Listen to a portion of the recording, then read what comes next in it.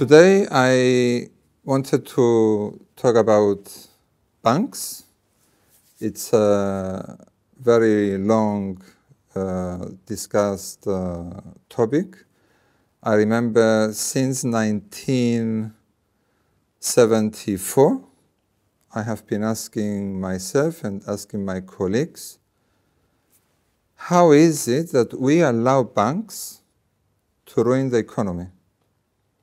What is it that makes banks such special animals that they have this privilege to ruin people like me and you? Why do we allow them? Why do governments allow them? If you think of a profession like auditors, this profession is controlled by a professional body, and no auditor can go and work as an auditor without being professionally qualified to show to the world that this person is competent enough to carry out this profession. The same with doctors, the same with lawyers, the same with quantity surveyors, the same with taxi drivers in some countries. Taxi drivers cannot just be taxi drivers without being professionally qualified and belonging to a professional body that regulates this profession. And the question is, why banks are not regulated by a professional body? Anyone can be a banker.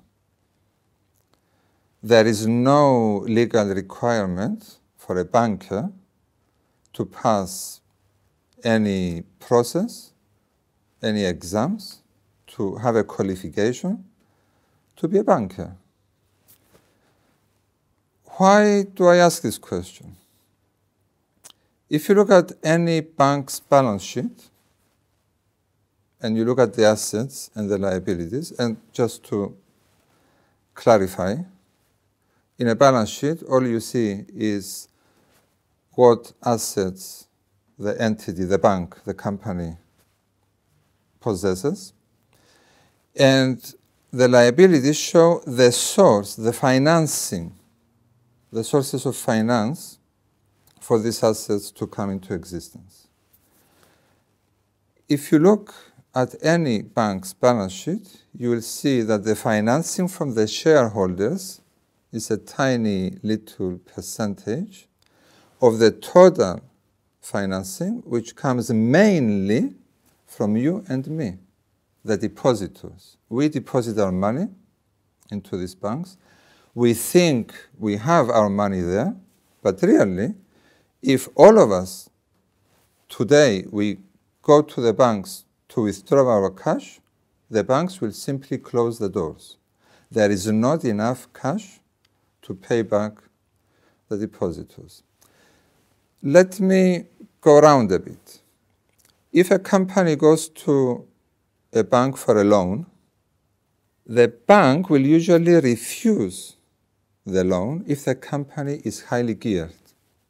What does highly geared mean? It means that if the company's shareholders are not investing a big percentage of the financing into the company, the bank is not willing to advance a loan.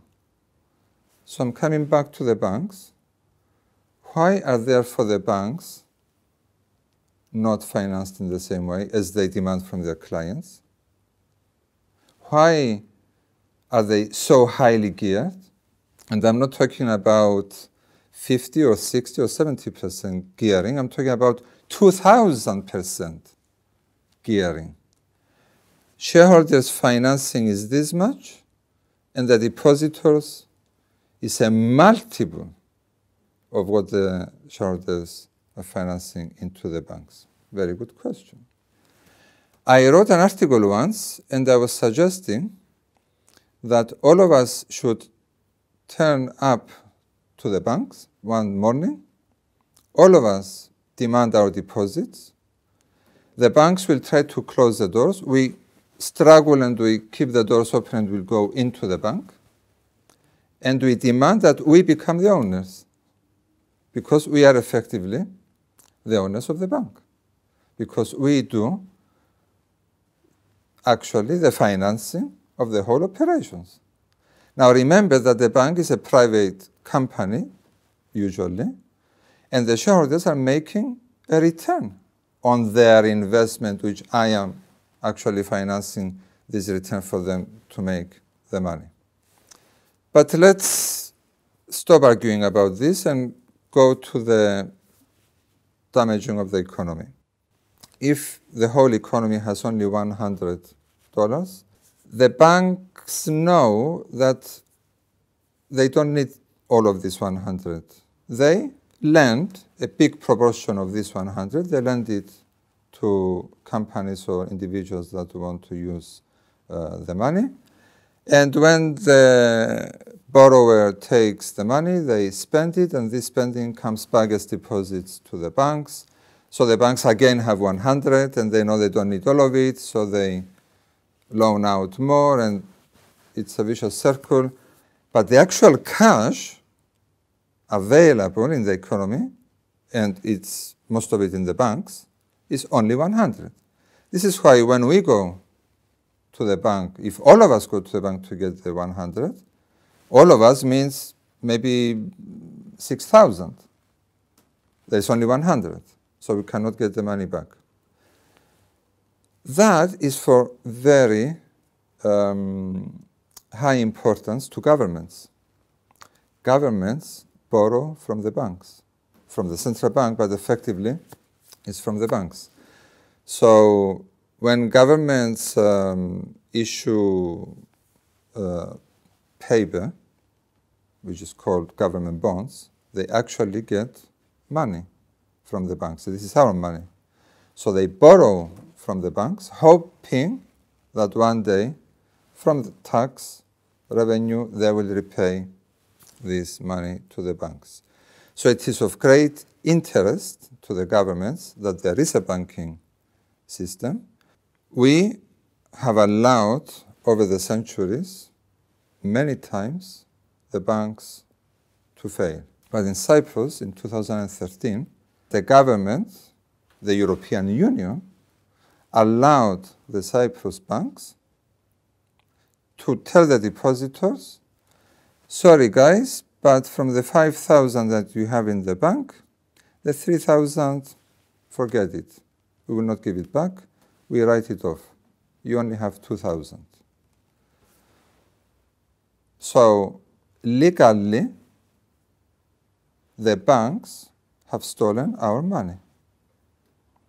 Now, how did we come to that situation? How did we reach the point where the banks either had to fail or to take the money from the depositors?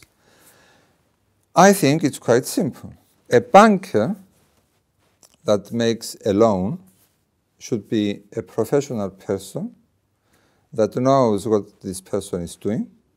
This person should analyze the borrower to understand where the money is going, what is the money going to be put in, will there be a reasonable, sensible investment with this borrowing, will there be a return, can I see the budgets, and do the budgets look realistic? How will my lending be paid back? When will it be paid back? And will I be able to make a small margin out of this lending to this entity? But bankers are not professionally qualified.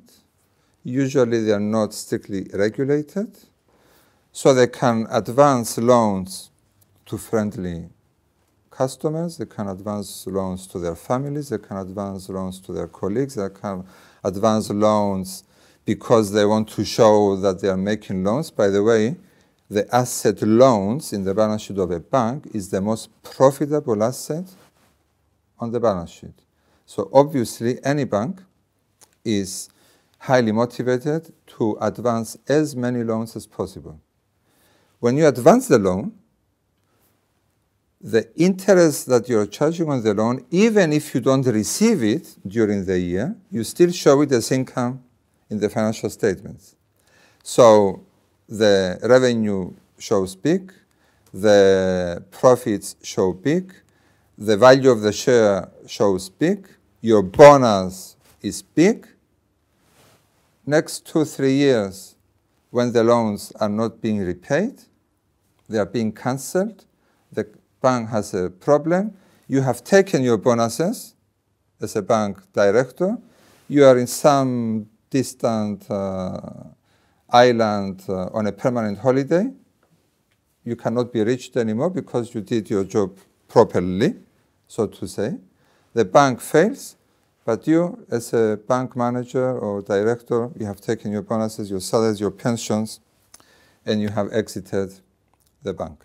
Adam Smith, the first ever economist, has warned us about the banking system. Talking about the 2013 incident with the Cyprus bail-in, surprisingly, people simply lost their money and nobody did anything. You didn't see people going out in the streets and burning buildings and burning the parliament, burning the ministries. People just stayed home, worrying, panicking, silent, and nobody has done anything about this in Cyprus. It could be a message that since it worked in Cyprus and it happened peacefully, maybe we should try it next time in Greece, maybe in Spain, maybe in Portugal, maybe everywhere. So this has been my worry. I have been questioning this for the last few decades in my articles, in my conversations with colleagues, with central bankers, with a couple of ministers, but nobody seems to want to do anything about it. But it's something for you to think, something for you to review, to consider. Maybe one of you guys one day will come and do something real and save the planet from this industry. Thank you very much.